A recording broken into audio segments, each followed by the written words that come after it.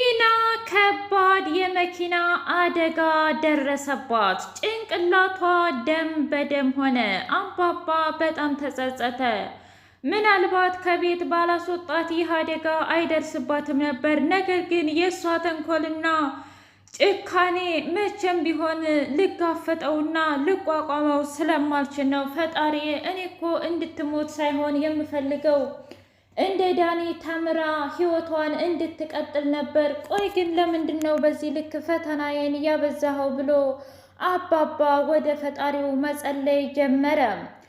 ካሌብ እጅጉን ደስ አለው። አባዬ ለምንድን ነው በዚህ ልክ ለእሷ የምትጨናነቀው? አውቃለሁ አንተ በጣም የዋህና ምስኪን አባት ነህ፣ ግን ደግሞ ቲና ካደረገችን አንጻር ይገባታል፣ እንደውም ትንሽ ትቀጣ ብሎ አለ።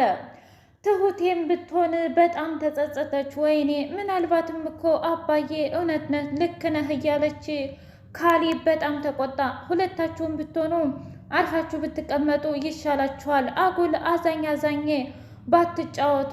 ቲና የራሷ ስራ ነው እንደዚህ ያደረጋት።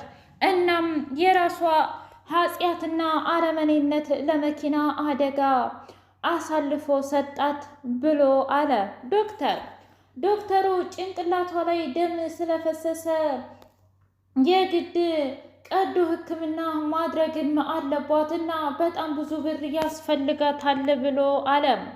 አባባ እንደምንም ብላችሁ ብቻ የልጅቷ ሕይወት ይትረፍ እንጂ እኔ ብሩን እከፍላለሁኝ ብሎ አለ።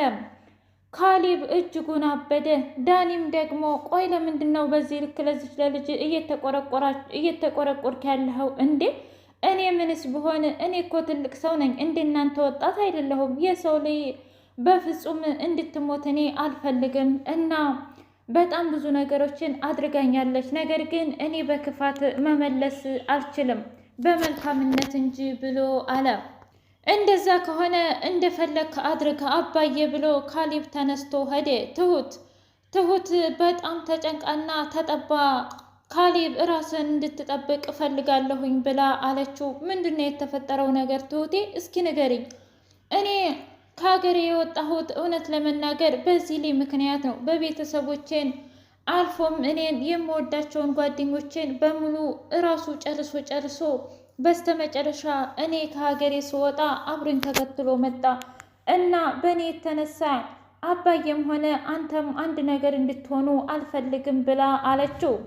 ትሁቴ ከዛ ካሌብ እንዴ ትሰሚኛለሽ ትሁት፣ ከዚህ በኋላ አንቺን ለመንካት እኔን አልፎ መሆን አለበት። ይልቁንስ አድራሻውን ንገሪኝ ብሎ አለ። ምን ካሌብ? አዎና ትሰሚኛለሽ፣ እንደዚህ የሚያስጨንቅንሽና የሚያስጠብብሽን ሰውዬ ማወቅ እፈልጋለሁኝ ብሎ አለ። አልገባኝም። እንደሱማ ማድረግ አልችልም። ለምንድን ነው ማድረግ የማትችይው? ወይስ ደግሞ ትወጂዋለሽ? ትሁት እስኪ ንገሪኝ። አይ እንደዛ ማለት አይደለም ካሌብ፣ እንደዛ ከሆነ እኮ አንተ ታውቀዋለህ ብላ አለችው። ምን? እኔ አውቀዋለሁ? የእውነትሽን ነው? አዎ የምሬን ነው ምልህ፣ አንተ ታውቀዋለህ ብላ አለች።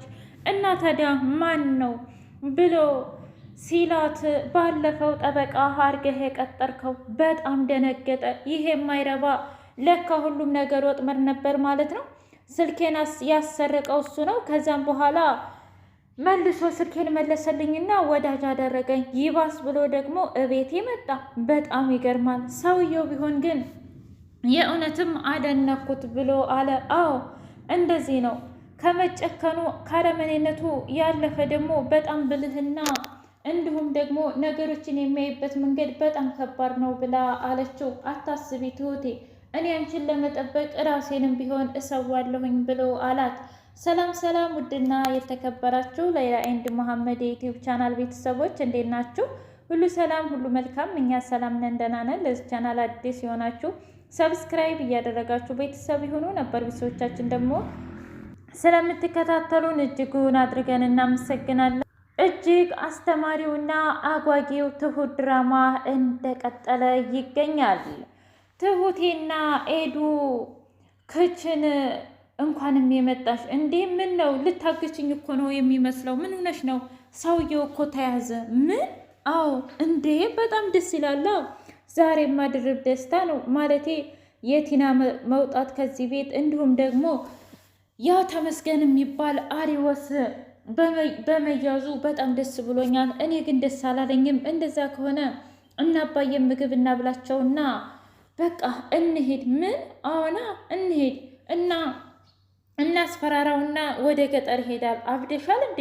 የእውነት እኔ እንዳሳገትኩት ካወቀ እመኝኝ ሲወጣ ብሎ እኔንም ሆነ አንቺንም ቤተሰቦቻችንን በሙሉ ይጨርሳቸዋል ኤዱ ብላ ስትል፣ ኧረ እባክሽ እና ታዲያ ነገ ጧት ለምሳሌ ይሄን አጋጅ እኮ ብዙ ገንዘብ የሚከፍለው ከሆነ እውነቱን ይናገራል። የማይናገር ይመስልሻል እንዴ?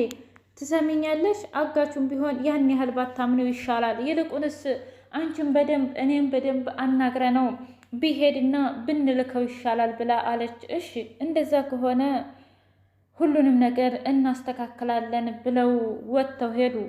አባባና ቲና አንቺ አረመኔ ጨካኝ፣ አሁንም በቃ ይሄ ክፋትነትሽ አልበቃሽም ማለት ነው? ጭራሽ ባስ ብለሽ ብርጭቆ ውስጥ መርዘ ጨመርሽበት ብሎ አነቃት። ማንቁርቷን ይዞ ለመግደል በጣም ታገለ። እሷም ታገለችው።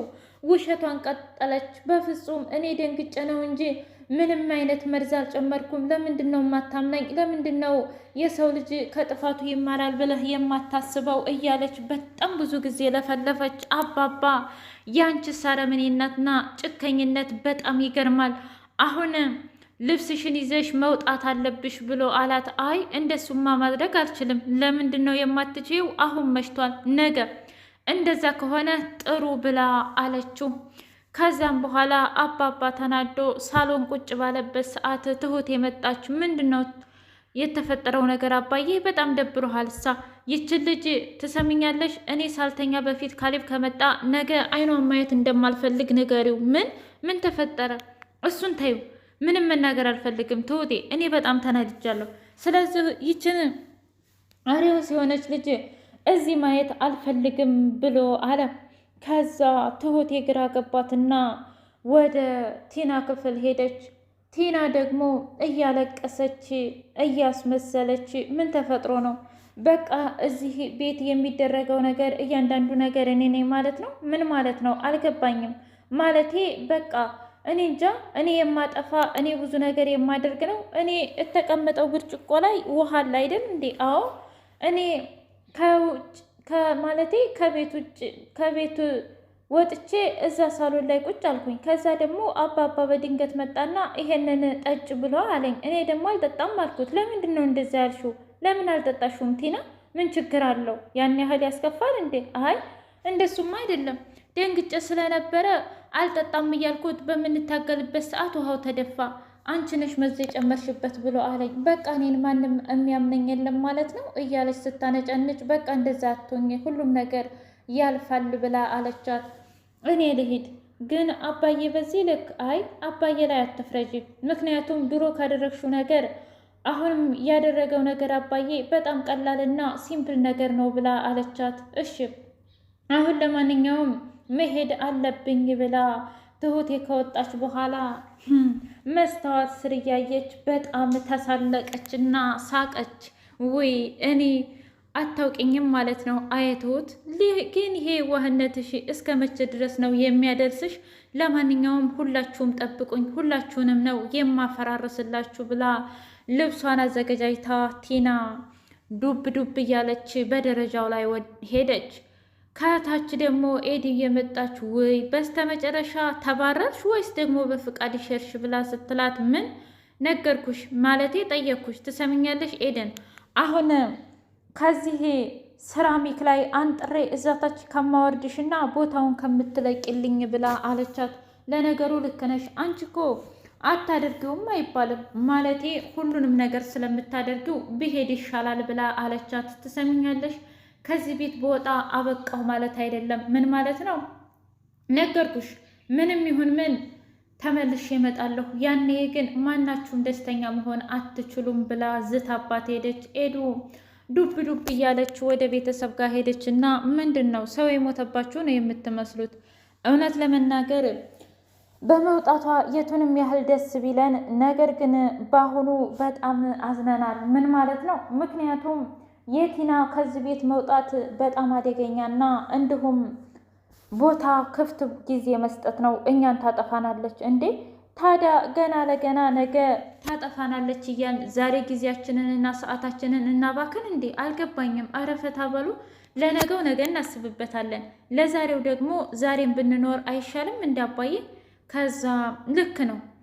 ከዛ ልክ ናት አላባባ፣ ልክ ናት ኤደን።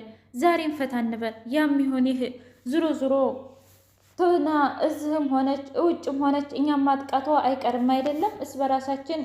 እስ በራሳችን መጠባበቅ አለብን ብላ ኤዱ ተናገረች። ኤዱና ትሁቴ ወደ አጋቹ ዘንዳ እየሄዱ ባለበት ሰዓት ተመስገን ደግሞ ምን ነው ትናንትና ያዙኝ ልቀቁኝ ስትል ነበር፣ ዛሬ ደግሞ ጸጥ አልክሳ ብሎ ሲለው፣ ይልቁንስ አንድ ነገር እንደራደር። ምንድን ነው ከኔ የምትፈልገው? አይ አየህ፣ አሁን ወደ ትክክለኛው መንገድ መጣ። ትሰማኛለህ? አሁን ያቺ ጓደኛ የምር የምታድንህ ይመስልሃል እንዴ? ማናት? ያቺ ቲና ናታ። እና ምን ፈለክ? 1,000,000 ብር። ምን?